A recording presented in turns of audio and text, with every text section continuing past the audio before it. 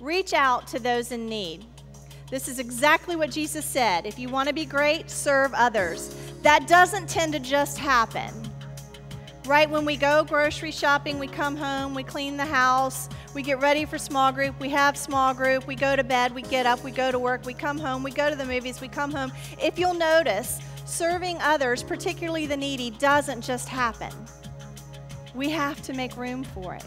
We have to reach out for it. But I found when I encounter people who are in need, truly in need, it puts my problems and my issues and my hang-ups into perspective. I sponsored a child through the Christian group Compassion International, and I was fortunate enough to travel with Compassion to Ecuador to meet little Mauricio and his family, as well as several other families that Compassion was serving there. And I went into home after home that week that had families with next to nothing. I mean, dirt floors, a wooden bench, a broken stove, one exposed electrical wire with one bulb hanging from it, a makeshift roof that had holes, and one bed for a family of 6. That was one of the homes that I was in.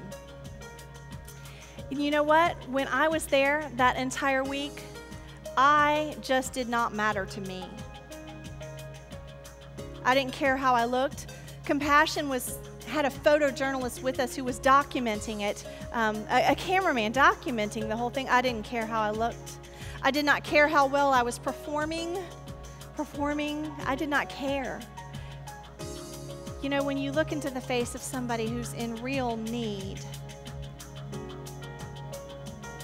how white your teeth are, or whether your car has a scratch, or is even missing a roll-up window doohickey, or how many square feet you have, none of that matters. None of that matters. You know, I did not care about how they perceived me, except that I wanted them to see Jesus in me. That's all I wanted them to perceive. And as I left each of those homes that I was in, I would always ask, how can I pray for you? What can I pray for? And, you know, when I ask that in America, I get long lists. When I asked that in South America to these families, they would say one of two things. They would say, pray for our health and pray for all our loved ones to come to know Jesus. They had next to nothing, but they knew what was important.